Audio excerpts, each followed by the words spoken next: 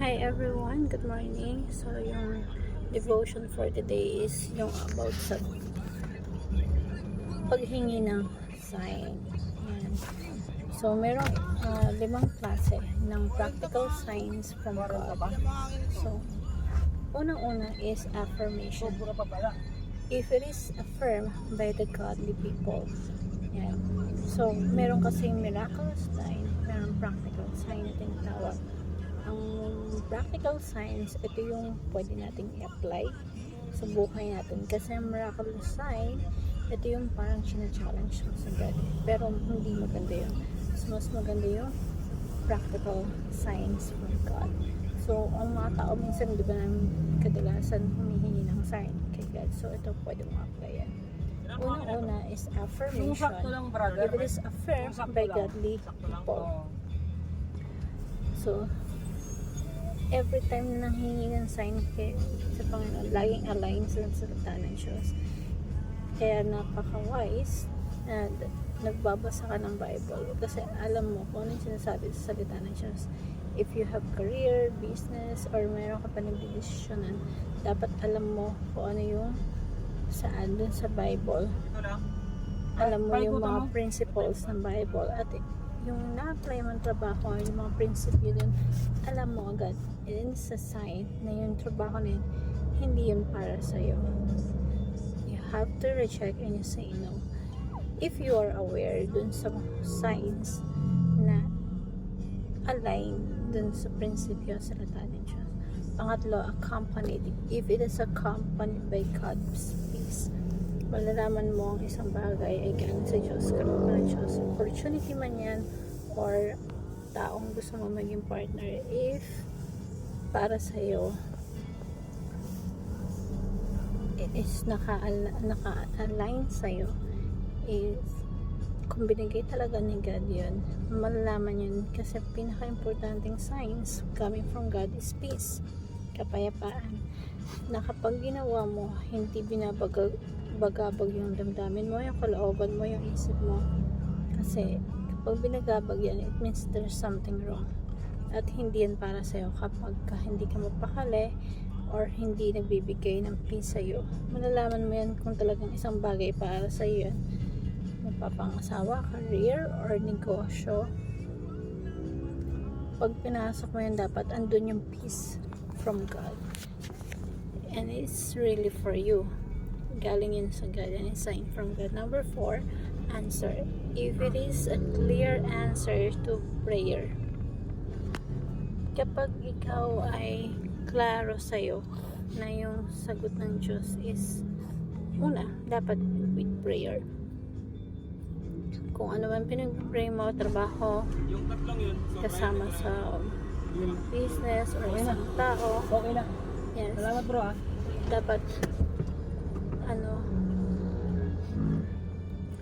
or kaya if you are in a marrying age, yan, so dun mo makikita kung talagang para sa yung tao na yun at talagang pinag-pray mo yun at yun talaga galing kay God, sasagot siya. Pwedeng oo, hindi, or pwedeng magantay, so it depends, pero malalaman mo yun kapag yun ay pinalangin mo, hiningi mo kay God at binigay niya, that is the answer. Pero dapat you considered na merong kapayapaan. And number 5, aim if it aims to bring greater glory to God. Sa lahat ng mga decision na pinipili natin, sa lahat ng options na meron tayo, kung alin dyan ang nagbibigay ng kaluguran, nagpapasaya sa Diyos, hindi nababagabag yung damdamin, and you know that is for the glory of God, and that is the sign, the perfect sign for you, and that is practical 5 signs. Kung humihingi ka ng signs kay God, ito mas maganda you follow these 5 practical signs, and it's a greater glory ang binibigay nun kay God. Minsan kasi na pinagpipili natin yung quality or pera or sweldo, mas mataas o compensation. Minsan naman pag something that you love, pinipili ko ano mas maganda, dapat ko ano yung nakakapagbigay ng kaluguran kay God. And kung yun yung answer, yun talaga yung binigay na sa niya. So, application, pay attention to godly answer. Yung minsan gumagamit si God ng tao para magsalita para sa'yo. And yung mga God-fearing person na kapag nagsalita, pakinggan mo mabuti kasi kung ano sasabihin yan, full of wisdom yan. Lalo na kapag talagang nagbabasa ng Bible yan. And you have to consider that and pay attention to godly counsel kasi sila yung binibigay ni God. Lalo na pagka-usapang relationship, kadalasan bulag tayo. Hindi mahirap makita ko na yung reality. Yung iba, binubugbog na pero feeling niya mahal na mahal pa rin siya. Yung iba, dinadown na pero hindi nila mabitawan kasi pakaramdam na mahal na mahal nila. So, prove it if it is God's word. Yung isang decision na ginagawa mo at kung talagang paggaling sa Panginoon yan, yung advice na rin mo ay galing kay God. Prove it with God's word. Kapag hindi mo na-prove yan sa salita ng Diyos and the principle of the Bible, that's not coming from God. Hindi kanya dadalhin sa isang sitwasyon na contradict sa kanyang will. Ang basis ng desisyon sa buhay natin ay naayon sa salita and principle of God.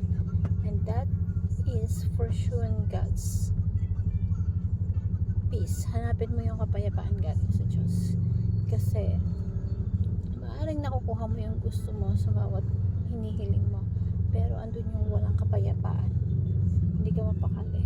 Pero pag wala yung peace ng Diyos sa'yo, hindi tama yun. Pwedeng relasyon, pwedeng trabaho, pwedeng isang decision na gawa mo na so, walang kapayapaan. Get out of that situation kung hindi kapayapaan. Pero kung meron siyan, nakapagpakasal ka na, you have to think twice, pray earnestly before making decisions. Bago ka gumawa ng decision, kailangan nandun yung prayer because isang sign na hiningi mo sa Diyos is nakakonect sa prayer.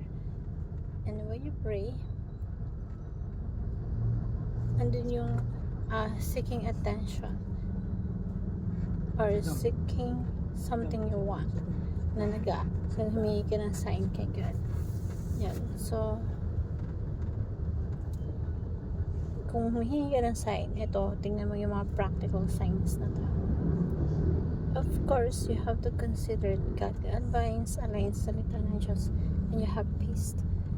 And ito yung nagbibigay ng kalaguran kay God. Hope you learn something. Thank you everyone and God bless.